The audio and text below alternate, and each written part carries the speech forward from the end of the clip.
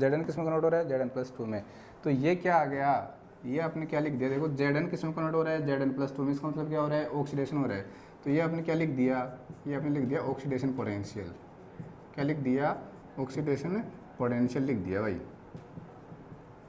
अगर आपको इसका रिडक्शन पोटेंशियल लिखना है, अगर आपको इसका रिडक्शन पोटेंशियल लिखना है तो क्या करोगे, कुछ नहीं करेंगे, उल्टा करके लिख दो, E0 Zn+2 से कहाँ चले जाओ, Zn में चले जाओ। ये क्या हो जाएगा इसका, ये क्या हो जाएगा, रिडक्शन पोटेंशियल। ठीक है, दोनों की वैल्यू क्या होती है, सेम होती है, लेकिन दोनों के साइन क्या होते हैं, अपोजिट होते हैं। इस वाले के लिए आ जाओ, इस वाले रिएक्शन के लिए आ जाओ। हमने क्या देखा, E0 कॉपर+2 जो है वो किस में कन्वर्ट हो रहा है, कॉपर में कन्वर्ट हो रहा है। तो हमने क्या लिखा है, ये क्या है आपका रिडक्शन पोटेंशियल, ये क्या है आपका रिडक्शन पोटेंशियल है। ठीक है भाई। और अगर आप इसको ऐसे लिखना चाहो, E0 ऑफ कॉपर+2, तो आपको ये रिएक्शन को देख के पहचानना है, आपको तो रिएक्शन को देख के पहचानना है कि कॉपर किस में कन्वर्ट हो रहा है, कॉपर+2 में। इसका मतलब यहाँ पे क्या हो रहा है, ऑक्सीडेशन हो रहा है। तो हमने क्या लिखोगे, आप ये क्या लिखोगे इसको, ये क्या है आपका ऑक्सीडेशन पोटेंशियल है। ठीक है, इतना समझ में आ गया। तो मैं इसको मिटा देता हूँ इधर वाले को। अब अपने को सेल पोटेंशियल कैलकुलेट करना है। क्या करना है, सेल पोटेंशियल कैलकुलेट करना है। तो आपने देखा होगा कि जो E0 सेल अपन कैलकुलेट करते हैं वो कैसे करते हो, E0 of cathode, E0 of cathode minus का E0 ऑफ एनोड। ठीक है भाई। अब आपको ध्यान रखना, ये फॉर्मूला आपको तभी लगाना है जब सारे इलेक्ट्रोड पोटेंशियल रिडक्शन पोटेंशियल में गिवन हों। ध्यान रखना, मैं लिख देता हूँ यहाँ पे, ये फॉर्मूला तभी वैलिड होता है, तभी वैलिड होता है जब सारी वैल्यू, जब सारी वैल्यू किस में गिवन हो, रिडक्शन पोटेंशियल में, किस में गिवन हो, रिडक्शन पोटेंशियल में गिवन होती है, तभी इस फॉर्मूले को आपको एप्लीकेबल करना है। तो इस रिएक्शन के लिए अपन अगर को लिखेंगे तो आप क्या लिखोगे, E0 cell is equal to E0 of cathode, ये रहा कैथोड, कैथोड पे क्या हो रहा है, ये रहा reduction potential, E0 of copper slash copper लिख दिया आपने, minus E0 of cathode, cathode का E0 क्या रहा, वो रहा, ये रहे। ये तो ऑक्सीडेशन पोटेंशियल है, ये क्या है, रिडक्शन पोटेंशियल। हमें कौन सा लिखना है, रिडक्शन पोटेंशियल लिखना है। कौन सा लिखना है, रिडक्शन पोटेंशियल लिखना है। लिख दो आप इसको, E0 of E0 of Zn+2 slash Zn। ये हो गया आपका क्या, इस सेल का टोटल EMF क्या है, E0 सेल। ठीक है, ये बताएगा आपको कि सेल वर्क करेगा या नहीं करेगा। तो उसके लिए आपको पता है कि delta G is equal to minus का NF E0 सेल होता है भाई, ये आपको रिलेशन याद रखना है। और थर्मोडाइनमिक्स में क्या होता है, थर्मोडाइनमिक्स में ये कहा गया है कि जिनके लिए भी डेल्टा जी की वैल्यू कैसी होगी, नेगेटिव, जिनके लिए भी डेल्टा जी की वैल्यू कैसी होगी, नेगेटिव, वो कैसी होंगी, स्पॉन्टेनियस होंगी, स्पॉन्टेनियस। वो रिएक्शन क्या होती है, होती है स्पॉन्टेनियस का मतलब क्या है कि वो रिएक्शन अपने आप हो जाएगी। बस मस्ट कंडीशन क्या है, किसी भी रिएक्शन के होने के लिए मस्ट कंडीशन है कि डेल्टा जी की वैल्यू क्या होनी चाहिए, नेगेटिव होनी चाहिए। ठीक है, डेल्टा जी की वैल्यू क्या होनी चाहिए, नेगेटिव होनी चाहिए। तो फॉर सेल के लिए जो स्पॉन्टेनिटी का फॉर्मूला होता है delta G is equal to minus का NF E0 सेल। कोई भी सेल बनेगा या नहीं बनेगा, कोई भी सेल बनेगा या नहीं बनेगा, अगर बन गया तो काम करेगा या नहीं करेगा, तो ये सब डिपेंड करता है आपके इसके ऊपर, E0 सेल के ऊपर।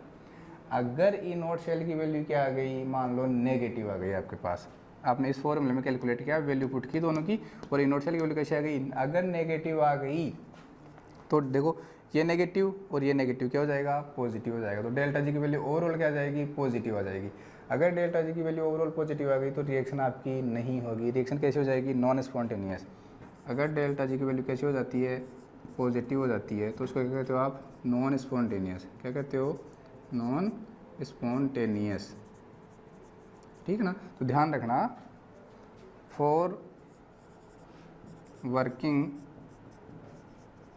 Of a cell, for working of a cell E naught cell must be E naught cell must be positive. ध्यान रखना भाई, किसी भी सेल को बनने के लिए ई नॉट सेल का पॉजिटिव होना ज़रूरी है। अगर ये पॉजिटिव हुआ तो नेगेटिव इंटू पॉजिटिव क्या हो जाएगा, नेगेटिव। तो डेल्टा जी की वैल्यू क्या आ जाएगी, नेगेटिव आ जाएगी। इसका मतलब आपका सेल काम कर जाएगा। तो ध्यान रखना, कोई भी सेल बनेगा या नहीं बनेगा, कोई भी सेल कार्य करेगा या नहीं करेगा, उसके लिए क्या ज़रूरी है, डेल्टा जी की वैल्यू नेगेटिव होना ज़रूरी है। और डेल्टा जी की वैल्यू तो नेगेटिव तभी हो सकती है जब ई नोट सेल की वैल्यू कैसी आए, पॉजिटिव आए। और ई नोट सेल की वैल्यू कैसे निकालेंगे हम, इस फॉर्मूले से निकालेंगे, कैथोड माइनस एनोड करके। ये फॉर्मूला आपको तभी लगाना है जब सारे मान किस में गिवन हो, रिडक्शन पोटेंशियल में गिवन हो। अगर नहीं भी गिवन होते हैं तो हम कन्वर्ट कर लेते हैं किस में, रिडक्शन पोटेंशियल में। मान लो आपको दोनों मान किस में गिवन है, ऑक्सीडेशन पोटेंशियल में गिवन है, तो कुछ नहीं करेंगे, जो मान है उनको उल्टा कर देते हैं, चिन्हों को उल्टा कर देते हैं। अगर प्लस का है तो माइनस का हो जाएगा और माइनस का है तो प्लस का हो जाएगा। तो ये तो आपका हो गया बेसिक इंट्रोडक्शन इसका। अब ये साल्ट ब्रिज और बच रहा है, इसको भी आप फटाफट देख लो। जो साल्ट ब्रिज है, पहला इसका काम है कंप्लीट द इनर सर्किट। देखो ये तो एक्सटर्नल सर्किट हो गया और ये इंटरनल सर्किट को कंप्लीट करता है। साल्ट ब्रिज का पहला कार्य कौन सा है, साल्ट ब्रिज का पहला कार्य कौन सा है, complete the inner internal circuit. जो आंतरिक सर्किट है उसको पूर्ण करता है। दूसरा क्या, दोनों तरफ इलेक्ट्रिकल न्यूट्रलिटी को मेंटेन रखता है क्या, बिल्कुल सही है। तो आप दूसरा लिखोगे कि ये क्या होता है, इलेक्ट्रिकल न्यूट्रलिटी को मेंटेन रखता है। तो इसके दो इम्पोर्टेंट कार्य थे, पहला इंटरनल सर्किट को कंप्लीट करता है, दूसरा इलेक्ट्रिकल न्यूट्रलिटी को ये बनाए रखता है दोनों तरफ। ठीक है, तो ये आपका साल्ट ब्रिज का कार्य हो गया है। ठीक है, जितने भी इम्पोर्टेंट थे वो मैंने बता दिए। और कुल मिला के ये जो आपका इलेक्ट्रोकेमिकल सेल था, अब इस यूनिट में ये आगे आएगा, तो मैंने आपको यहीं पूरा एक्सप्लेन कर दिया है। आई होप आपको ये बहुत अच्छे से समझ में आ गया होगा। अब इसके बाद में अपन पढ़ेंगे इलेक्ट्रोलाइटिक सेल, जिसको आप कहते हो विद्युत अपघटनी सेल। ठीक है, फिर अपन पढ़ेंगे इलेक्ट्रोलाइसिस के नियम, जिसमें आपने कहा था ना Faraday's law, Faraday's first law, Faraday's second law, वो अपन इसमें पढ़ने वाले हैं। ठीक है भाई, तो यह आपका पूरा का पूरा क्या है, इलेक्ट्रोकेमिकल सेल। बोलो आपको समझ में आया या नहीं आया, आपको समझ में आया या नहीं आया, बहुत अच्छे। तो चलो आप इसको पॉज करो और इसको उतारो।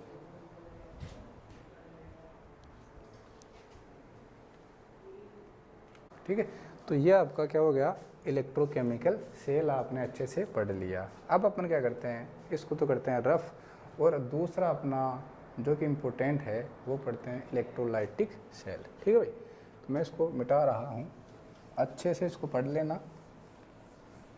ठीक है, जितना भी था, जितना भी हो सकता था, सब कुछ मैंने आपको इसमें डाल दिया है। ठीक है भाई, okay, very good, very very good. ठीक है भाई, वेरी गुड। चलो तो फिर आगे चलते हैं। अपना अगला जो टॉपिक है जिसका नाम है इलेक्ट्रोलाइटिक सेल। दूसरा जो अपना है जिसका नाम है इलेक्ट्रोलाइटिक सेल।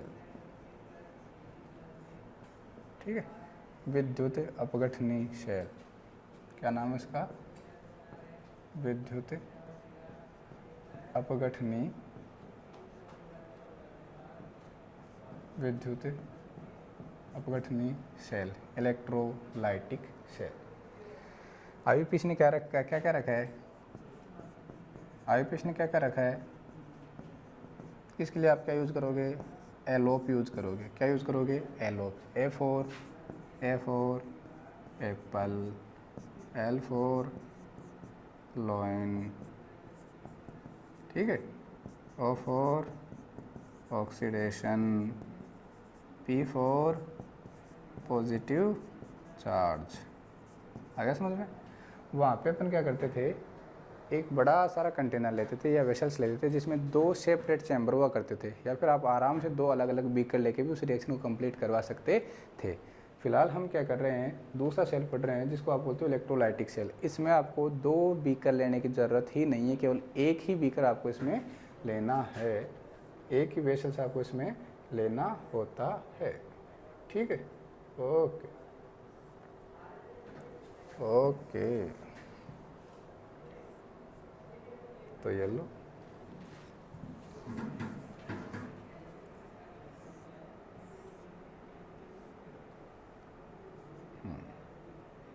अब आपको पहले तो आप 2 में करते थे ये काम, अब की बार एक में ही दोनों इलेक्ट्रोड को इस बार एक ही वेसल्स में आपको लगाना है।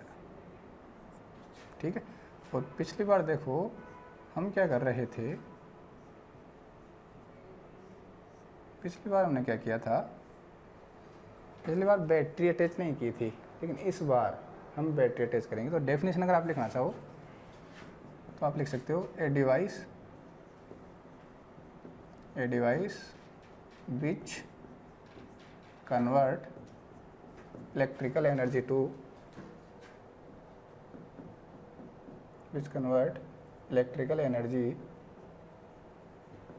टू केमिकल एनर्जी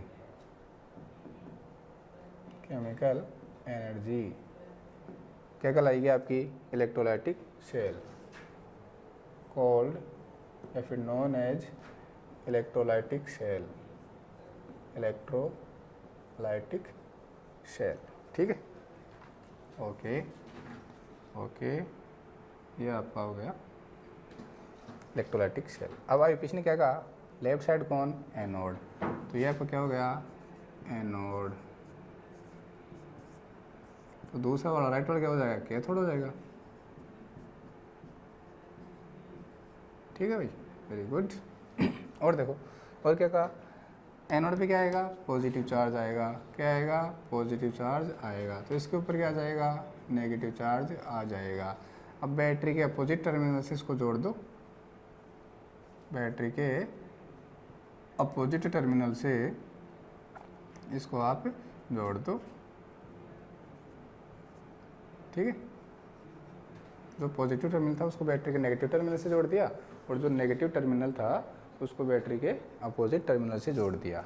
अब आपको होगा सर ये इलेक्ट्रोड किसके हैं, वहाँ तो अपने जिंक का इलेक्ट्रोड और कॉपर का इलेक्ट्रोड लिया था, लेकिन यहाँ पे ये इलेक्ट्रोड किसके हैं।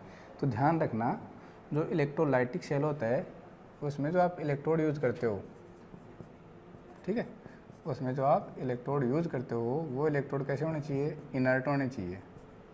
कैसे होने चाहिए, इनर्ट, अक्रिय, मतलब वो क्रिया नहीं होनी चाहिए, क्रियाशील नहीं होनी चाहिए। फॉर एग्जांपल, या तो आप प्लेटिनम के इलेक्ट्रोड यूज़ कर लो, या फिर आप ग्रेफाइट के इलेक्ट्रोड यूज़ कर लो। ठीक है ना, तो ऐसे इलेक्ट्रोड अपन यूज़ करते हैं जो क्या हो, अक्रियाशील हो, किसी से क्रिया ही नहीं करें, उनको किसी से कुछ भी लेना देना नहीं है, बस उनका खुद का नुकसान नहीं होना चाहिए। ठीक है, तो ये हमने क्या ले रखे हैं, पीटी के इलेक्ट्रोड ले रखे हैं। किसके ले रखे हैं, पीटी के इलेक्ट्रोड अपन ने ले रखे हैं। ये भी किसका है, आपका प्लेटिनम का ही है भाई।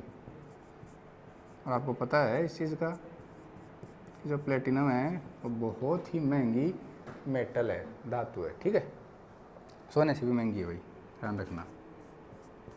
ये प्लेटिनम के इलेक्ट्रोड अपने ले रखे, और यहाँ पे अपने इलेक्ट्रोलाइट पर रखा है, क्या पर रखा है, इलेक्ट्रोलाइट। कैसा, एक्वस इलेक्ट्रोलाइट पर रखा है।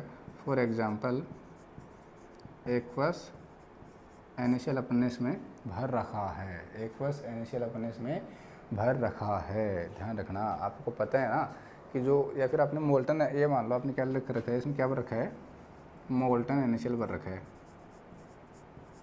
आपने इसमें मोल्टन NaCl इसमें भर रखा है। आपको पता है जो सॉलिड नमक होता है, पूरा ठोस नमक होता है, वो इलेक्ट्रिसिटी को फ्लो नहीं करता, उसमें इलेक्ट्रिसिटी का फ्लो नहीं आता, करंट का फ्लो नहीं होता। क्यों नहीं होता, क्योंकि उसमें जो आयंस हैं वो पैक्ड होते हैं, क्लोज पैक्ड होते हैं, बहुत पास पास होते हैं। ठीक है, तो करंट को फ्लो करने के लिए, इलेक्ट्रिसिटी को फ्लो करने के लिए आयंस का फ्री होना ज़रूरी है।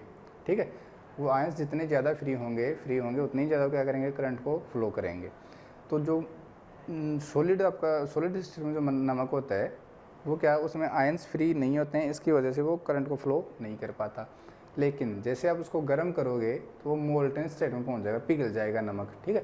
पिघलने के बाद में उसमें जो आयंस होते हैं वो फ्री हो जाते हैं, Na+ और जो Cl- वो क्या हो जाते हैं, फ्री हो जाते हैं। इसकी वजह से मोल्टन स्टेट में जो NaCl है वो क्या हो जाता है, इलेक्ट्रिसिटी को फ्लो करने लग जाता है। फॉर एग्जांपल कई बार आप अर्थ बनाते हो घर पे, अर्थ, ठीक है, तो जब लाइट कमज़ोर आती है ना तो हम क्या करते हैं, थोड़ा सा नमक का पानी उसमें डाल देते हैं। जैसे नमक का पानी आप डालोगे जो बल्ब है वो तेज़ी से जलेगा।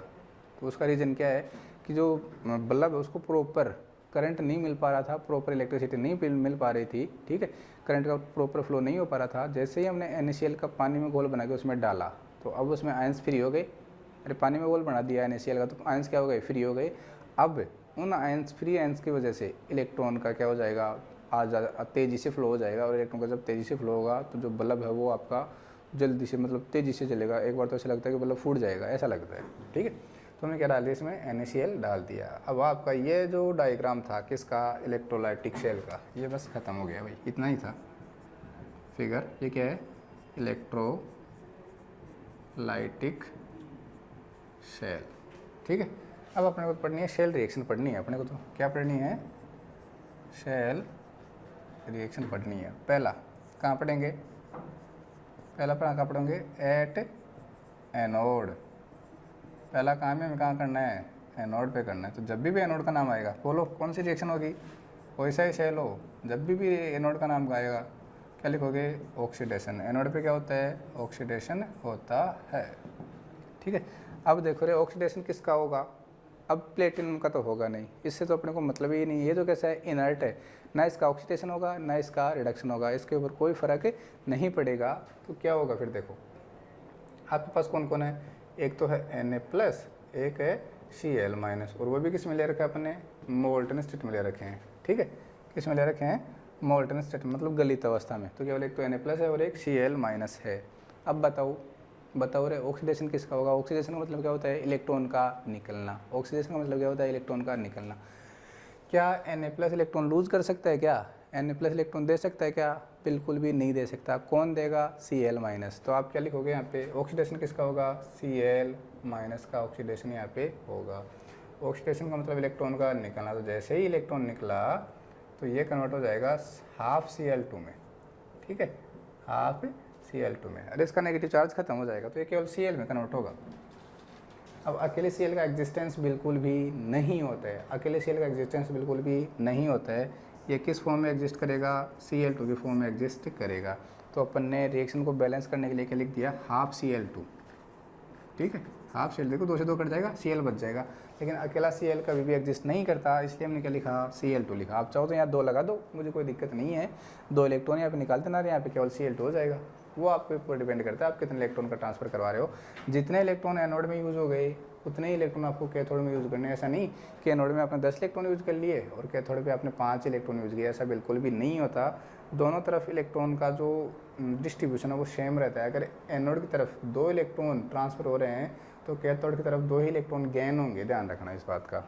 दूसरा कौन सा होगा, at cathode. At cathode, cathode पे क्या होगा, अगर एनोड पे ऑक्सीडेशन तो कैथोड पे रिडक्शन। कैथोड पे रिडक्शन, रिडक्शन का मतलब एडिशन ऑफ इलेक्ट्रॉन। अब बताओ कौन लेगा इलेक्ट्रॉन, जिसके पास कमी होगी वो या जिसके पास अधिकता होगी वो। बिल्कुल सही, जिसके पास कमी होगी वो। किसके पास कमी है, Na+ के पास कमी है।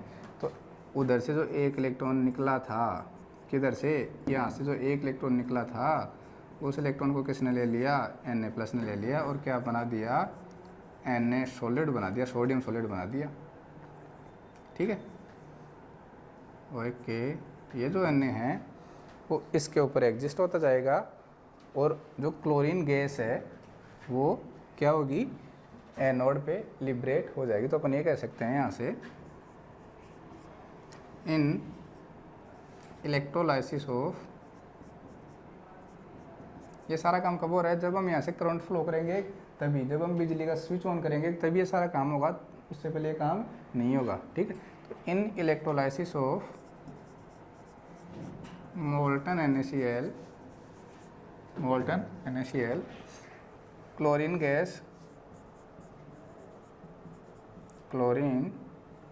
gas liberated at anode while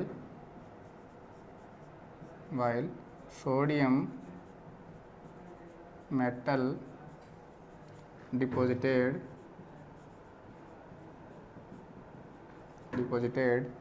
at cathode.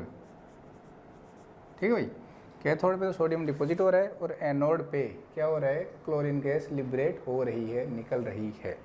तो ये आपको यहाँ पे पता होना चाहिए। नेट सेल रिएक्शन के आप चाहो तो लिख सकते हो, कोई दिक्कत नहीं है। इलेक्ट्रॉन से इलेक्ट्रॉन हमारा कुछ नहीं, Na+Cl- मिल के Na12Cl2 आप लिख दोगे, कोई ज़रूरत इसकी वैसे नहीं है। तो अब अपन क्या पढ़ने वाले हैं, लॉज ऑफ इलेक्ट्रोलाइसिस। क्या पढ़ने वाले हैं, laws of electrolysis.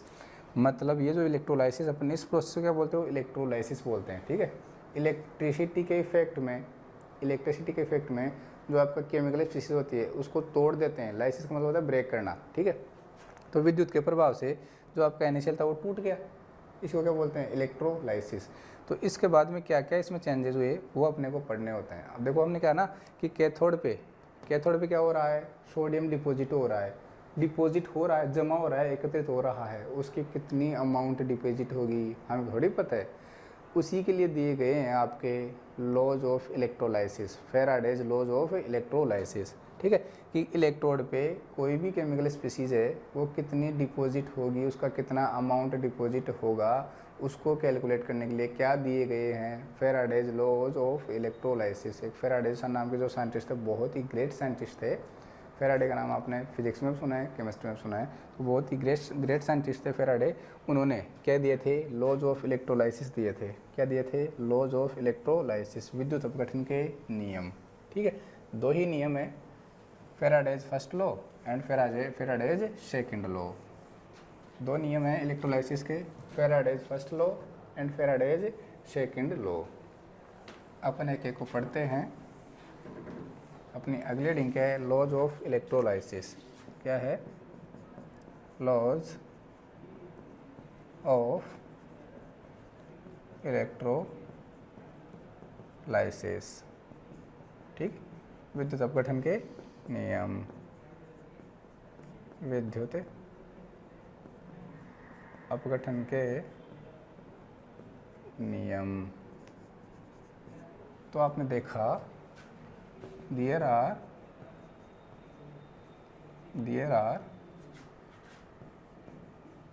To laws of electrolysis. ठीक है, इलेक्ट्रोलाइसिस के दो नियम हैं। पहला Faraday's first law of electrolysis, Faraday's first law of electrolysis. और दूसरा नियम है Faraday's second law of electrolysis. ठीक है भाई, ये दो लॉज हैं किसके, इलेक्ट्रोलाइसिस के। अपने को पहला लॉ पढ़ना है Faraday's first law of electrolysis. मिटा दो इसको, ओके। तो चलो अब अपना आप हेडिंग डालोगे Faraday's first law of electrolysis. अब मैं ये इंट्रोडक्शन नहीं दे रहा कि माइकल फैराडे नाम के साइंटिस्ट थे जिन्होंने ये लॉज इंट्रोड्यूस किए थे, ऐसे वैसे कुछ नहीं है। मैं डायरेक्ट बता रहा हूँ आपको। पहले हिंदी में सुनो, उसके बाद में इंग्लिश में सुनो। ये क्या कहता है, ये ऐसे कहता है कि विद्युत अपघटन के दौरान इलेक्ट्रोड पर एकत्रित पदार्थ की मात्रा किस प्रवाहित धारा की मात्रा के समानुपाती होती है। ये क्या कहता है, इलेक्ट्रोड पर एकत्रित पदार्थ की मात्रा, मतलब विद्युत अपघटन के दौरान इलेक्ट्रोड पर एकत्रित पदार्थ की मात्रा उसमें प्रवाहित धारा के समानुपाती होती है, या फिर प्रवाहित आवेश की मात्रा के समानुपाती होती है। ठीक है भाई, क्या बोलता है, इलेक्ट्रोड पर एकत्रित पदार्थ की मात्रा प्रवाहित आवेश की मात्रा के समानुपाती होती है। ठीक है भाई, क्या, इलेक्ट्रोड पर एकत्रित पदार्थ की मात्रा इलेक्ट्रोड पर एकत्रित पदार्थ की मात्रा, इसको आप W कहते हो, इलेक्ट्रोड पर एकत्रित पदार्थ की मात्रा प्रवाहित आवेश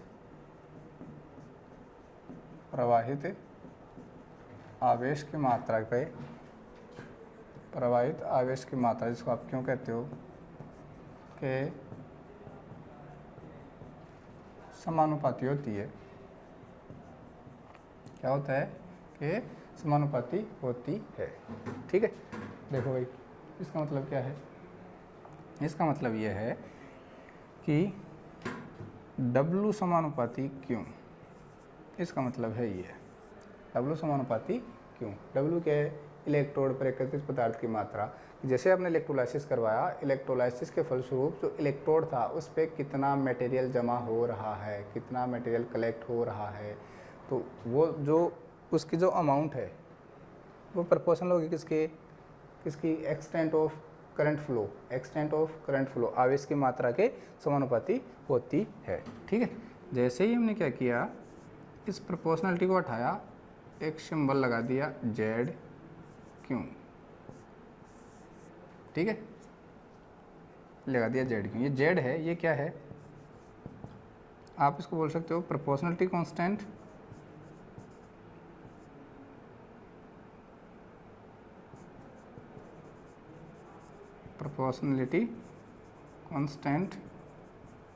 और इसको बोलते हो आप इलेक्ट्रोकेमिकल इक्विवेलेंट कोफिशिएंट। ठीक है, विद्युत रासायनिक तुल्यांक, और इसको क्या कहते हो आप, electrochemical equivalence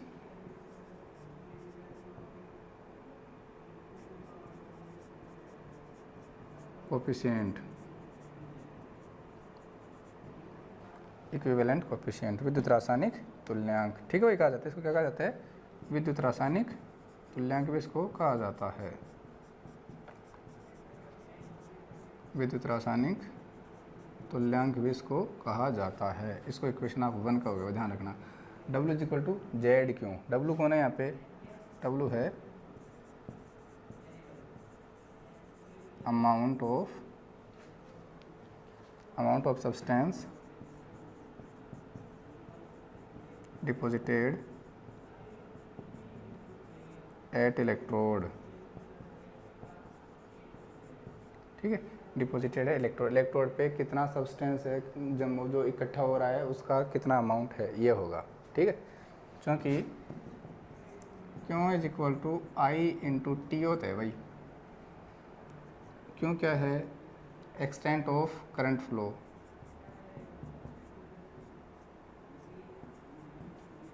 extent of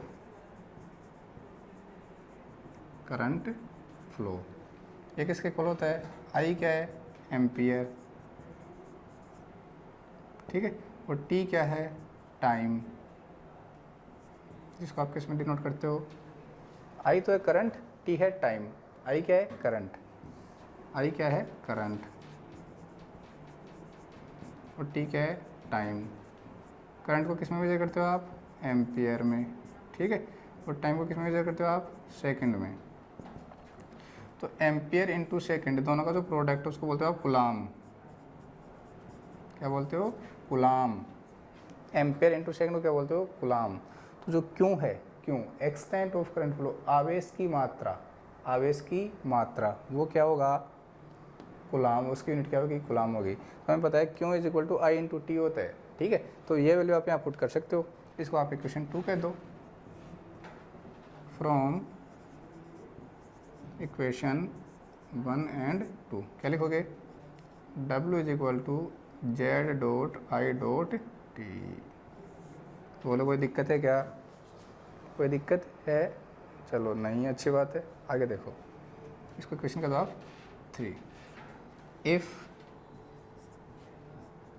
I is equal to 1 ampere and T is equal to 1 second हो, आई की वैल्यू 1 एम्पियर हो और टाइम कितना हो, 1 सेकेंड हो, देन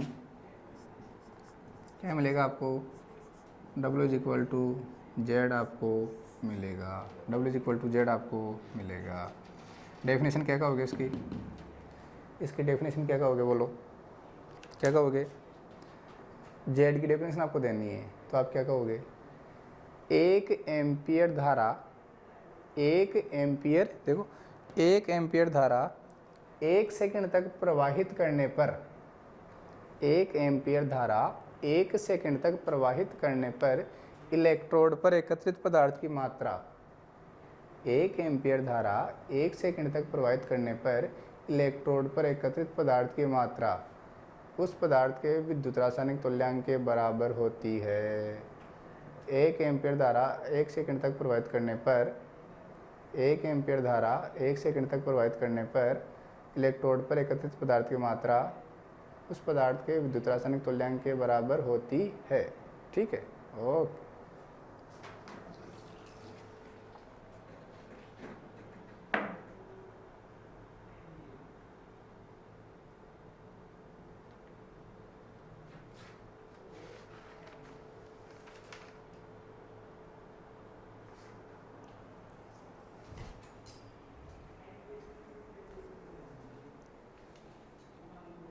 ठीक, तो देखो अपन क्या पढ़ रहे थे, लॉज ऑफ इलेक्ट्रोलाइसिस अपन पढ़ रहे थे।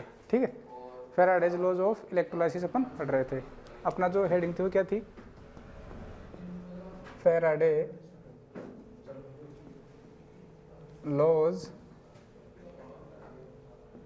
Of electrolysis.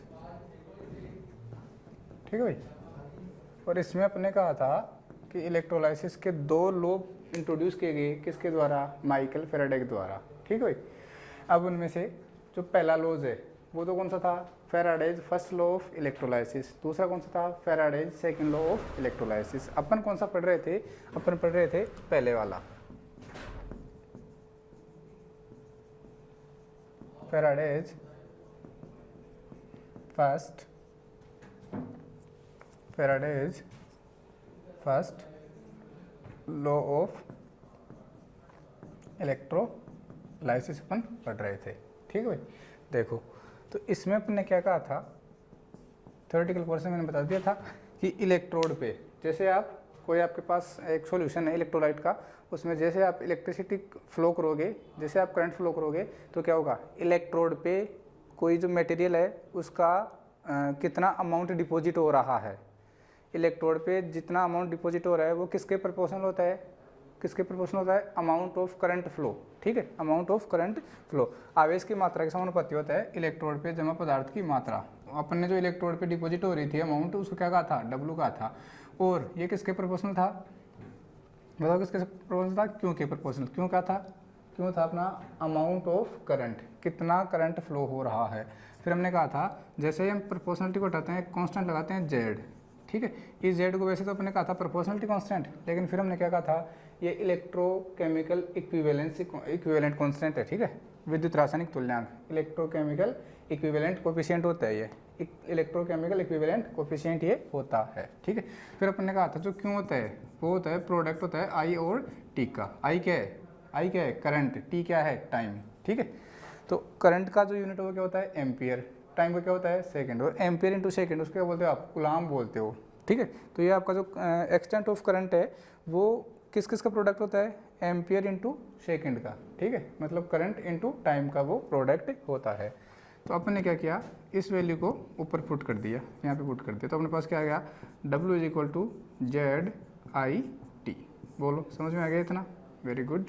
आगे देखो, हमने ये कहा था कि जब आप 1 एम्पियर करंट 1 सेकंड तक प्रवाहित करवाते हो, ठीक है, हमने क्या कहा था, देखो ये कहा था कि if I is equal to क्या हो 1 एम्पियर हो, एंड यहाँ लिख देता हूँ मैं एम्पियर इंटू सेकेंड, ये तो क्या होता था आपका कूलाम। ठीक है भाई, अब मैंने कहा I इज इक्वल टू क्या हो 1 एम्पियर हो और T इज इक्वल टू क्या हो 1 सेकेंड हो, तो जब आप यहाँ पे 1 1 पुट करोगे तो क्या आएगा, W is equal to Z आ जाएगा। ठीक है भाई, W इज इक्वल टू आ जाएगा Z आ जाएगा। हमने क्या कहा था, अब आपको इसकी डेफिनेशन देनी है, जेड की डेफिनेशन देनी है, ठीक है। तो याद तो कुछ करना है नहीं अपने को इसकी डेफिनेशन देनी है, जेड की डेफिनेशन देनी है। क्या दोगे बताओ? आप कहोगे जब 1 एम्पियर धारा, ठीक है, 1 एम्पियर धारा 1 सेकंड तक जब हम प्रवाहित करते हैं, ठीक है, किसी विद्युत अपकट्ठे के विलयन में 1 एम्पियर धारा 1 सेकंड तक प्रवाहित करने पर इलेक्ट्रोड पर एकत्रित पदार्थ की मात्रा उसके विद्युत रासायनिक तुल्यांक के बराबर होती है। फिर से देखो, किसी विद्युत अपकट्ठे के विलयन में 1 एम्पियर धारा 1 सेकंड तक प्रवाहित करने पर इलेक्ट्रोड पर एकत्रित पदार्थ की मात्रा उस पदार्थ के विद्युत रासायनिक तुल्यांक के बराबर होती है, ठीक है। तो ये आपका फर्स्ट लॉ ऑफ इलेक्ट्रोलाइसिस खत्म हो गया, ठीक है, ध्यान रखना पे। अब कोई पूछ ले आपको कि जेड की यूनिट बताओ भाई क्या होती है। जेड क्या है आपका? जेड क्या है? इलेक्ट्रोकेमिकल इक्विवेलेंट कोफिशिएंट है। जेड क्या है? इलेक्ट्रोकेमिकल इक्विवेलेंट कोफिशिएंट,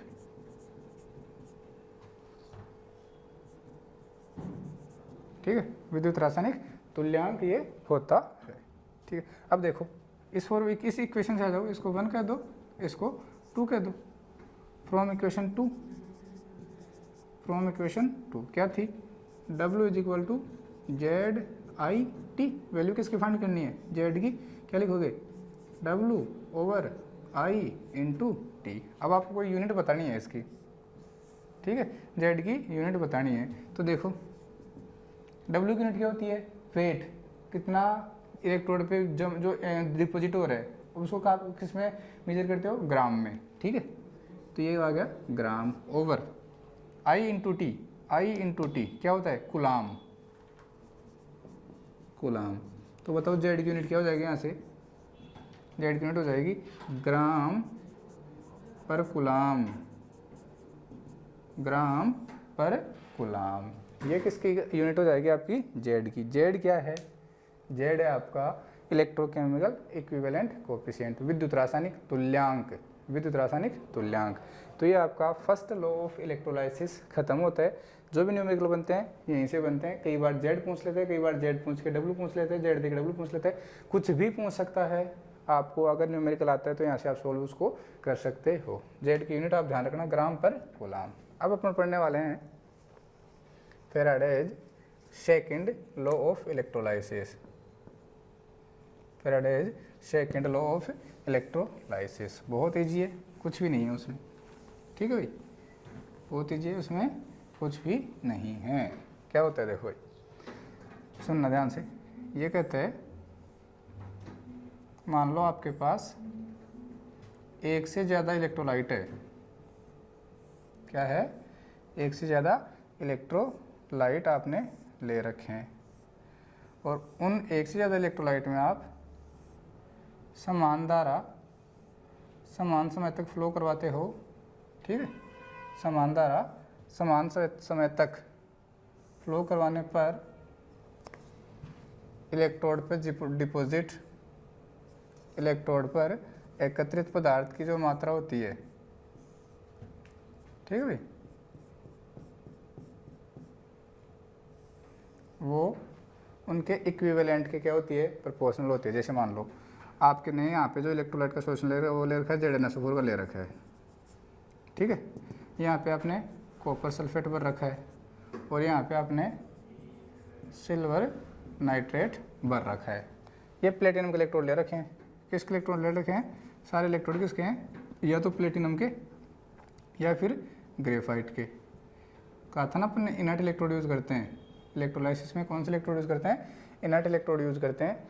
वो एक अलग प्रोसेस होती है। जब अपन कई बार क्या करते हैं, जिस मेटल का इलेक्ट्रोलाइसिस करवाते हैं उस मेटल के भी इलेक्ट्रोड अपन यूज कर लेते हैं। तो ये आपके पास तीन क्या हो गए इलेक्ट्रोलाइटिक सॉल्यूशन हो गए, ठीक है। एक तो किसका है? ZnSO4, दूसरा कॉपर सल्फेट, तीसरा AgNO3। मैंने कहा कि ये जो फर्स्ट वाला जो चैम्बर है या फर्स्ट जो सेल है, इसमें जो इलेक्ट्रोड पे अमाउंट डिपॉजिट हो रहा है वो है W1, ठीक है। इलेक्ट्रोड पे डिपॉजिट अमाउंट कितना है? W1। यहाँ कितना होगा? W2। यहाँ कितना होगा? W3। अपन ने माना है ऐसा, ठीक है, माना है ऐसा। अब देखो जो सेकंड लॉ है वो क्या कहता है? सेकंड लॉ ये कहता है कि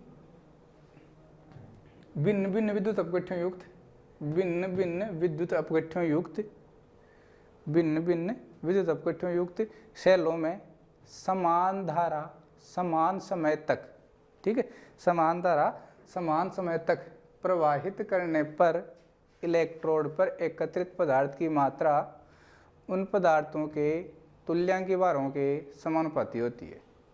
फिर से रिपीट करता हूँ, भिन्न भिन्न विद्युत अपघट्यों युक्त विलयनों में, भिन्न भिन्न विद्युत अपघट्यों युक्त विलयनों में समान धारा समान समय तक प्रवाहित करने पर इलेक्ट्रोड पर एकत्रित पदार्थ की मात्रा उन पदार्थों के तुल्यांकी भारों के समानुपाती होती है। बोलो समझ में आया या नहीं आया? समझ में आया या नहीं आया? कौन क्या है वो लिख देता हूँ एक बार। W1 क्या है? W1 क्या है? अमाउंट ऑफ जिंक डिपॉजिटेड, यहाँ से तो कौन सी डिपॉजिट होगा? जिंक, यहाँ से कॉपर, वहाँ से Ag। W2 क्या है? Similarly amount of copper deposited. और W3 क्या है? Amount of silver deposited. ठीक है भाई। According to second law of electrolysis क्या कहता है? भिन्न भिन्न विद्युत अपघट्यों युक्त विलयनों में, भिन्न भिन्न विद्युत अपघट्यों युक्त विलयनों में समान धारा समान समय तक प्रवाहित करने पर इलेक्ट्रोड पर एकत्रित पदार्थ की मात्रा, इलेक्ट्रोड पर एकत्रित पदार्थ की मात्रा उस पदार्थ के तुल्यांकी भार के समानुपाती होती है, उस पदार्थ के तुल्यांकी भार के समानुपाती होती है। ये ई क्या है? ई है इक्विवेलेंट वेट। क्या है? इक्विवेलेंट वेट, जिसको आप कहते हो तुल्यांकी भार। क्या कहते हो? तुल्यांकी भार आप जिसको कहते हो। कैसे निकालते हो? कैसे निकालते हो? भार बटे अणुभार, सॉरी परमाणु भार बटे संयोजी कारक, अणुभार बटे संयोजी कारक। तुल्यांकी भार कैसे निकालते हो? तुल्यांकी भार कैसे निकालते हो? अणुभार, अणुभार बटे संयोजी कारक, अणुभार बटे संयोजी कारक। ये होता है तुल्यांकी भार का फॉर्मूला। अभी बताएंगे अपन सब कुछ। देखो आप तो, मैं ये भी बताऊंगा सब कुछ तुल्यांकी भार क्या होता है, कैसे निकालते हैं। फिलहाल देखो फॉर्मूले में से, फॉर्मूला क्या कहता है कि इलेक्ट्रोड पर एकत्रित पदार्थ की मात्रा किसके प्रोपोर्शनल होती है? उस पदार्थ के तुल्यांकी भार के प्रोपोर्शनल होती है। तो जब मैंने प्रोपोर्शनलिटी के साइन को हटाया तो एक कोफिशिएंट लगा दिया k। आपकी मर्जी, आप कुछ भी मानो इसको, x y z कुछ भी मान लो, ठीक है। मैंने क्या मान लिया? k क्या है यहाँ पे? k क्या है? k है प्रोपोर्शनलिटी कोफिशिएंट।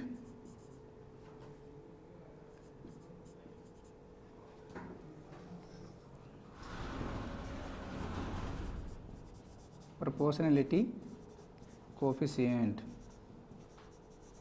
ठीक है भाई। ये आपका क्या है? k है। अब देखो आप यहाँ से लिख सकते हो क्या कि W1 इज इक्वल टू के इंटू E1। फर्स्ट वाले सेल के लिए क्या होगा? इलेक्ट्रोड पर डिपॉजिट पदार्थ का जो मात्रा वो कितनी होगी? W1। तो उस पदार्थ तुल्यांकी भार क्या होगा? E1। Similarly W2 is equal to के E2 and W3 is equal to के E3। ऐसा लिख सकते हो। अगर ऐसा आप लिख सकते हो तो आप ऐसे भी लिख सकते हो W1 बटे W2। अगर ऐसा करोगे W1 बटे W2 करोगे तो क्या होगा? E1 बटे E2 हो जाएगा। क्या कैसे के कट जाएगा तो क्या हो जाएगा? E1 बटे E2।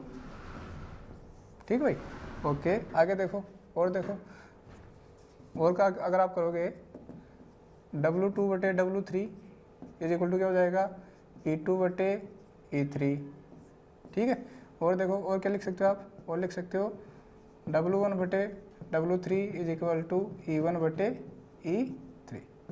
तो इस प्रकार से आप क्या निकाल सकते हो?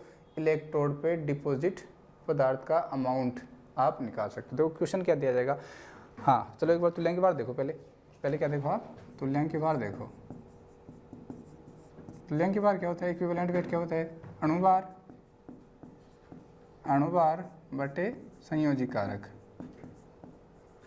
वैलेंसी फैक्टर जिसको कहते हो वे संयोजी कारक क्या बला गई, ठीक है। संयोजी कारक क्या आ गया, तो देखो अगर कोई आप अम्ल ले रहे हो इलेक्ट्रोलाइट के रूप में, अगर आप कोई अम्ल ले रहे हो तो उसका क्या होगा, जो जितने H+ देगा, जो जितने H+ देगा वो उसका क्या होगा, संयोजी कारक होगा। अगर आप कोई क्षार ले रहे हो तो जो जितने OH- देगा वो उसका क्या होगा, संयोजी कारक होगा। या फिर अगर आप कोई लवण ले रहे हो तो जो जितने आयन देता है समान प्रकार के, या तो वो धन आयन दे या फिर वो ऋण आयन दे, तो वो उसका क्या होगा, संयोजी कारक होगा। फिलहाल तो अपने को यही पढ़ना है, बाकी BSc जो आगे जो कोई सॉल्यूशन वाला चैप्टर है उसमें अपन ने अच्छे से पढ़ रखा है नॉर्मेलिटी वाले टर्म में कि संयोजी कारक कैसे निकालते हैं, ठीक है भाई।